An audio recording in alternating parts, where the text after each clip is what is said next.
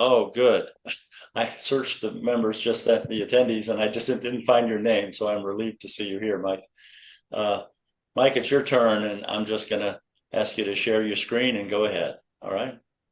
Mike's going to speak about inexpensive GPS flash device, how to turn any astrophotography setup into an occultation rig cheaply.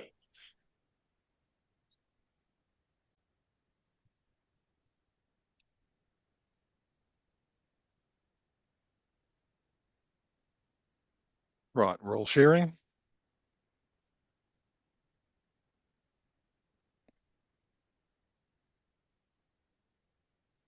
Not Okay. seeing your screen. Did you share your screen, Mike? Yeah, there's just an extra button I usually use, Teams. Here it comes. Here it comes. We got it now. Thank you for the introduction. I apologize for the clickbaity title, but yeah, you've got to advertise yourself a bit. This is in fact about an expensive GPS timing, so it's not just about GPS flash timing, but the theme is how you can actually do occultation timing with very inexpensive equipment. So when you ask yourself the question, we've only got about I think 400 occultation observers were active in 2023 and filed positive reports. So we ask ourselves, why are there so few occultationists? Now, if you go to your local astronomy club and you start to chat to people, you might say, hey, my name's Michael, I do occultations. Oh, that sounds cool. Maybe I could give it a try.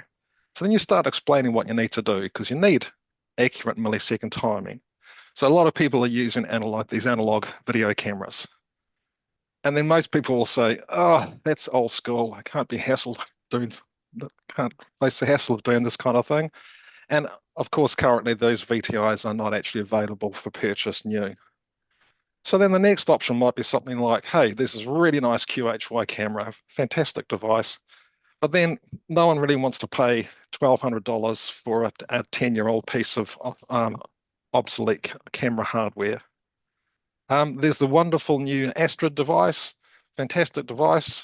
Wish I had one, bit pricey for me as well. But then you've got people that have already got established workflows on their telescopes, and they don't really want to have to adopt a new workflow and change out their carefully calibrated and set up cameras and off-axis guiders and these kinds of things.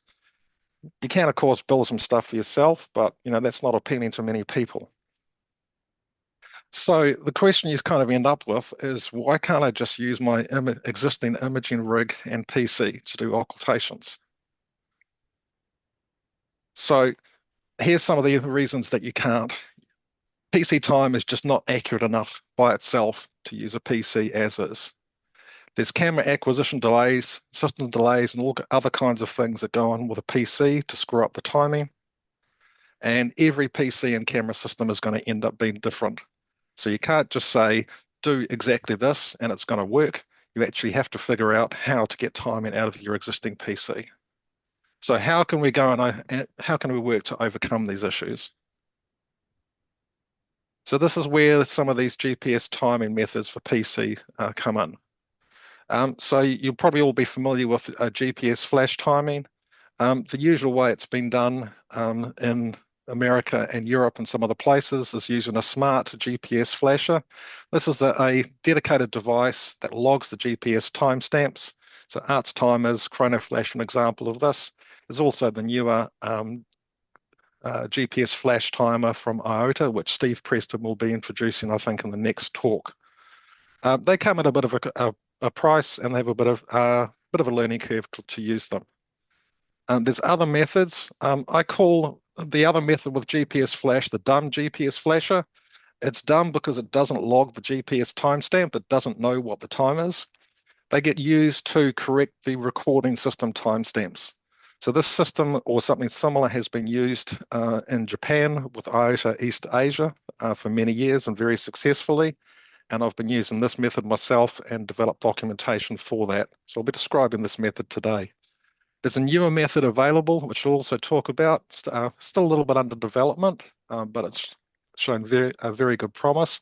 That's actually to use the GPS, PPS signals to directly discipline the clock to millisecond accuracy. So I'm going to talk about these two methods. Now, I'll start with the GPS flash timing. This is the dumb system. It just uses a generic USB GPS receiver, and that has a flashing LED. And this is it. This is the complete setup. There's no more equipment required just to do basic GPS flash timing. That particular device costs about $12 from Amazon. Does require a very trivial modification. You just have to break one of the LEDs inside. You can do that with a craft knife. So there's no DIY build, no soldering, no programming, no 3D printing, nothing. You just buy this, pop it open, break the LED, and you're ready to go. So this is this kind of minimal set of equipment that's required, and it's about $12. You can get a bit fancy if you feel like it. You can build your own flasher. I've seen various examples where people put an LED on a cord and these kinds of things. You can do it, gives a better result, but it does take a little bit more hassle and a bit more cost. So to use this dumb GPS flash timing method, the main thing is you need to actually use your PC system time. So you need to get it disciplined by NTP or perhaps a GPS time receiver, and you need to get that accurate to much less than 1 second. But the method's perfectly workable with the timing of around about 100 milliseconds or so. And that's quite easy to achieve with NTP through the internet or a GPS time receiver.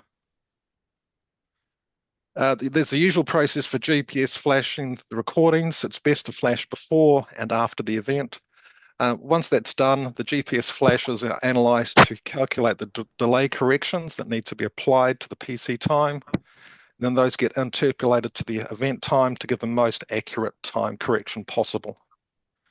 Once you have that time correction, those corrections get applied in the Tangra or IOTA analysis software to give corrected timestamps for the event analysis.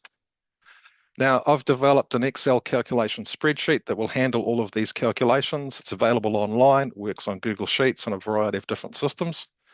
And I've fully documented this process, and that documentation is available in the IOTA file section or on Google Drive for wider distribution.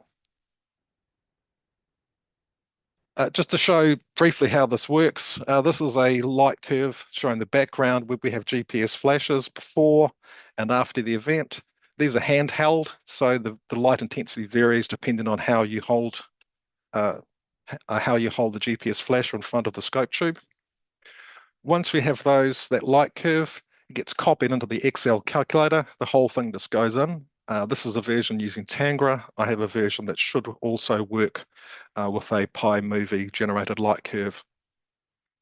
So then there's a bit of an interactive process here. This shows the overall event, the entire event, a little zoom into the occultation time, and then we proceed with the analysis. So to do the analysis, the light curve information comes through with all the frames. This little graph shows which part you're looking at. We go through just to specify the frame that we start at. So we just pull in the right data. Set the background level. There's a little bit of guidance provided there. Set the exposure that you're using. And then we go through and we identify and manually tag which frames we're going to treat as being within the GPS flash pulse. Once that's done, the average acquisition delay is calculated for that single flash pulse. That gets repeated for the GPS flash at the end. And then we bring it back together here to do the interpolation. So that's when we identify the frame of the event. And then the calculation is done to interpolate to the event time. So that interpolation is quite important because the PC time can drift. There can be a drift across the screen for rolling shutter cameras and things, and that interpolation deals with most of those issues. Once that's done, then the acquisition delay needs to get entered into the analysis software. This is just showing how it's done in Tangra, and that's fully documented in the processing. So that's just a very brief overview of how this process is actually done. So the million-dollar question is, how accurate is GPS flash timing? I've put a lot of work into this. Some of you may have seen the paper I published in the Journal of Occultation Astronomy earlier this year. This was to try and establish the accuracy of the method and also to discuss and expose some of the issues that need to be dealt with GPS timing, especially with rolling shutter cameras. So in that paper, I found the real world accuracy was at worst plus or minus 5 milliseconds, 95% confidence interval for 40 to 320 millisecond exposures, which roughly corresponds to 2 times to 16 times integration on an analog video camera. In practice, it tends to be more accurate for shorter exposures because it's also to do with the signal to noise ratio as a percentage of the exposure time. 1 to 2 millisecond accuracy is possible with good practice. So it is accurate enough when it's done properly. You do have to be aware that there are some things that can cause problems. Drop frames are a particular problem, especially for the Peyote method when you're just filling frames through. If you're using a rolling shutter camera, there are line delays. Each line is exposed at a slightly different time, and you need to compensate for that if you want the most accurate times. And if the PC time is drifting, then that can mean that the correction factor has to be different from the start to the end of the recording. So most of these issues are handled by the calculation spreadsheet automatically. If you look into the paper and if the documentation explains the justification behind that. So if you use the documented process, the rolling shutter line delays and PC time drift will be dealt with quite well. So that covers GPS flash timing just in brief. There's a lot more to say about it. I have another presentation from the Trans-Tasman Occultation Alliance meeting earlier this year, and there's full documentation available on the IOTA website for that. So flash timing does work and it does work well, but there is options to do better. We can go hands-free, remove a lot of the manual handling and manual processing. We don't necessarily have to process GPS flashes, and we can maybe look for some better accuracy. So one way to do that is to use the GPS PPS signals directly with a PC to actually accurately discipline the time there. So this is it's an old method. It used to be possible to do this, to take the GPS PPS pulses into the serial port of a Windows computer when they had physical 9-pin serial ports. I think most of us are old enough to remember those. As those disappeared, this option became more difficult to do on a PC. Most laptops don't have them. It still is an option on a desktop PC. So what we're doing here is we're taking those GPS PPS signals, which have a time accuracy down at the nanosecond level. We're bringing those in through a USB serial port to try and accurately discipline the PC clock. This is a method that was introduced to me by Mike Skrutsky. This is following his successful Didymos observation in May, and I got involved there. I was asked to help to evaluate the timing for that.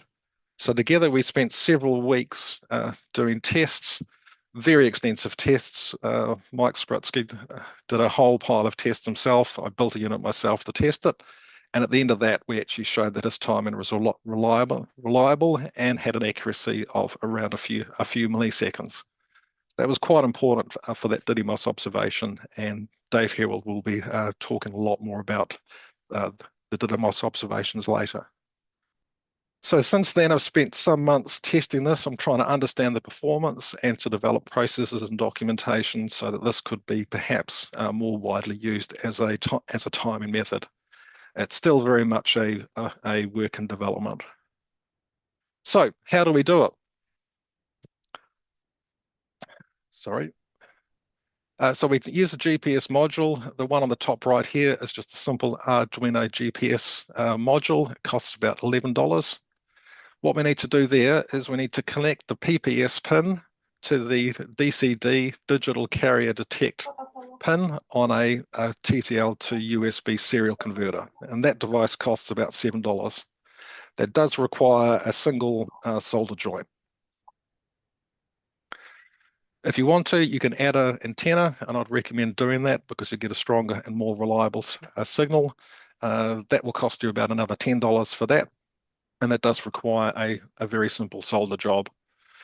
Be nice if there was no solder involved, but it is very basic soldering, and any maker hub or any repair person could do that, and the whole job takes maybe 10 minutes. Once that's set up, there's an installation of the serial driver for this little board in Windows, and then the PPS signal is now available to the PC via the USB port as a serial device. So we've got this PPS signal into the PC. This is my unit. I don't have anywhere like the magical skills that Mark Simpson has in electronic design. So this is me just hacking a random plastic case and shoving a few things into it. But this is what the device looks like. It just simply plugs in through the USB. There's no external power supply or anything. So it's a very simple device. If you don't want to be bothered trying to make your own, there is a possibility of an off-the-shelf device. Navisys, which is a Taiwan-based company, does make a GPS USB receiver that has the built-in serial port. This is the only GPS receiver I've discovered that has this. None of the other ones do, so don't waste your time looking for one generically. You probably won't find it. It's only on these particular models and only the ones that have the W in the designation. Those cost about $50 plus $50 freight. So that's blown my less than $20 promise. But hey, if you want something better, you might have to pay a little bit more money. I haven't had a chance to try them yet. If anyone's tried them, I'd be very interested to see how they perform. But everything that I've seen suggests that they should do the same job or possibly better. So we've got the GPS PPS pulses going into the PC. We then need to set it up so they're actually used to discipline the time. So I'm using NTP, Network Time Protocol, and in the Mindbag distribution, there's a special DLL program that loops this PPS back and makes it available for timing. This is a default part of the installation, so that itself doesn't require any installation. Does require a simple configuration of a Windows registry entry, which is fairly easy to do, and then adding the PPS as a time source on the NTP configuration file. So I'll be providing full instructions for that in the upcoming documentation. The process is fairly simple.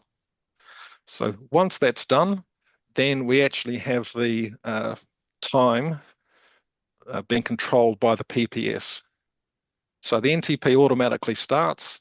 The key thing is when you look at the NTP status is you see this little O signal here. And that magical little symbol means you are actually using PPS as the time source, not just the NMEA timestamps. So this gives the most accurate time that is possible on a PC. What I usually see is the delay is usually 0 milliseconds exactly, and the offset and the jitter are usually less than half of a millisecond, and sometimes considerably better than that. We've got the usual limitations with GPS is your device needs to acquire the leap second, and that takes at least 12 and a half, sorry, at most 12 and a half minutes. So if your device doesn't have a battery backup for that, you'll need to wait 13 minutes. Once that happens, NTP will apply a step correction and will very quickly get the time back to where it should be. You can also have internet NTP servers running at the same time, so you can compare and verify that your GPS PPS time is on the correct second. So as far as performance goes, this is showing the time offset for the PC compared to the GPS PPS device, and that's normally much less than 1 millisecond. It's normally of the order of 0.1, 0.2 milliseconds. Now, it's important to realize that this is just what NTP thinks is the difference between your PC time and the GPS time. That's just the PC clock. There's other sources of timing error in the PC, and we really have to deal to those. So we have to manage the camera acquisition delays and any other system delays that are going on the PC. So just because you see an offset curve that is this good does not mean that your actual recording time is as good as that. So part of the process here, you need to do a camera acquisition delay calibration. So we need to measure the delays between the camera acquisition delay. So to do that, we use GPS flash timing. So you use the previous GPS flash timing methods to measure that camera acquisition delay. That's if you're using a rolling shutter camera, we have different delays with different lines. So there's an extra step there to um, figure out what the line delay is so that you can apply a formula later to correct that. But that's fairly simple to do. Um, these delays vary from one camera to the next. They vary with the region of interest. They change with the binning. That depends on the color space. So you need to make sure that you do a delay calibration for every uh, combination of settings that you will be using. You can do these calibrations after the fact if you need to. So if you end up doing, recording the wrong setting, you can actually recover from that. But that's a very important step here that you need to actually manage the camera carefully. And all this process for calculating that camera delay is explained in the GPS flash time and documentation. So again, the $1 million question is how accurate is uh, PPS timing for recording on a PC? So I've done extensive tests using GPS flash timing. Mike Skrutsky has also done a similar test on his system. I've tested it on 3 PCs myself, plus Mike has done some tests on his own systems. These are long run tests of usually between about 6 to 12 hours. We record long series of repeated recordings to simulate actual events and then check the time offset to the GPS pulse for every single second in that recording. So I've measured tens of thousands of GPS flashes in this processing. This is not PPS, but this is just to kind of show you what typically might happen with a PC if you're not using the PPS signals. This is using the NMEA timestamps. So that's just the basic GPS time, no PPS. You can see over the period of about 12 hours that the offset, the acquisition delay, as measured by GPS flash time, and is varying by about plus or minus 5 milliseconds. So that's typical of a sort of an older or low performing PC. This is my 10-year-old HP EliteBook. Doesn't have the most stable of timing. Newer PCs do tend to be better than that. So you have to be aware that every PC is going to behave differently. Some will behave better than others, and in general, newer, faster PCs have got better time and performance. When we're actually looking at the timing using GPS on that old PC, we've got quite stable timing here. It varies by about 1 millisecond jitter one way or the other. This is we're using the GPS. So getting an average acquisition delay for this run of tests of 7 milliseconds plus or minus 1 millisecond. That's on a 10-year-old PC. There is the odd spike. I'm still doing more testing to try and understand why we're getting these variations. It doesn't necessarily mean the timing's gone off. It might have just been and something odd happening with that particular GPS flash. So I'm still trying to investigate and understand this more thoroughly. On a newer PC, using the GPS, this is my Astro PC Pro, which I think is a rather magical device. If you want a PC for recording, I'd definitely suggest one of these. This has slightly more stable timing. The jitter is about half a millisecond, and it still has the odd little excursion where it goes a little bit high or a little bit low for a short period of time. But whether that's due to the timing or an analysis at this stage, I'm not entirely sure. So this is the kind of stability that we can expect. So this is the kind of stability that I've been testing with these devices. So the one I actually use mainly for acquisition is on that Astro PC Pro, and I'm seeing over long run tests an average acquisition delay for this set of tests 3.8 milliseconds plus or minus 0.8 milliseconds for the 95% confidence interval. So for this device, currently with the testing, the time is stable to around 1 millisecond, 95% of the time. So I'm doing some further development here. I'm still doing more tests. I'm going to be doing another round of tests to see if I can understand why the little variations are occurring, whether they are actually in the timing or just the way I've been running my tests. I'm developing process for measuring the delays and the system performance so that I can get those published for other people to use. It's really important to understand that every PC is going to be different. So anybody who uses this method needs to do at least some basic tests to understand the performance of their system and measure their own calibration delays. And I'll be publishing a full documentation, and I'm planning on another publication for the Journal of Occultation Astronomy on this timing method.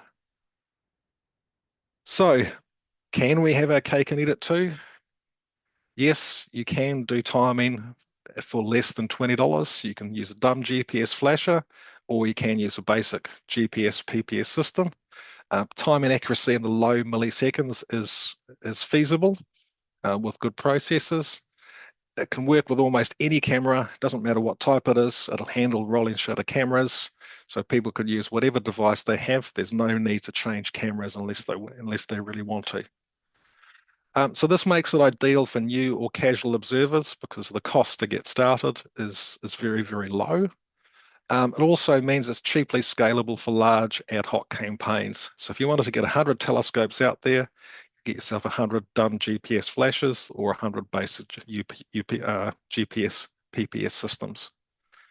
There's some other things that opportunities that begin to open up. The GPS PPS is suitable for unattended or remote observations. GPS flash timing tends to be hands-on. You may need to switch the device on and off or configure it or whatever, but the PPS just ticks over. As long as you know what that calibration delay is, you can just do the recording and apply that. So it's ideal for unattended or remote observations. Also, you could do a permanent install of the timing device in an observatory, say a club observatory or a school or a university observatory. And there's also the possibility that you could persuade someone who runs a remote telescope subscription service to actually install this device on their telescopes so that you could use their fancy telescopes to do occultation observations. So I'll be interested if anyone actually manages to achieve that. Right, so that wraps it up. So yes, you can turn any astrophotography rig into an occultation rig for less than $20. And this just shows you some ways that you can do that. Thank you very much, Mike. We do have a few questions in the chat list, and I wonder if you could just scan those and comment on those that you think are best answered at this time. Okay, I'll just find my way to the chat. It's always juggling screens, isn't it? Okay. Sorry.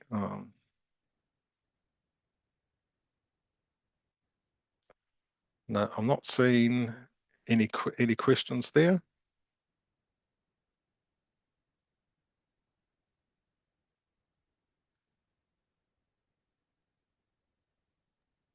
I'm not seeing anything in the Okay. chat, Roger. Just Okay. previous All right. questions. Good.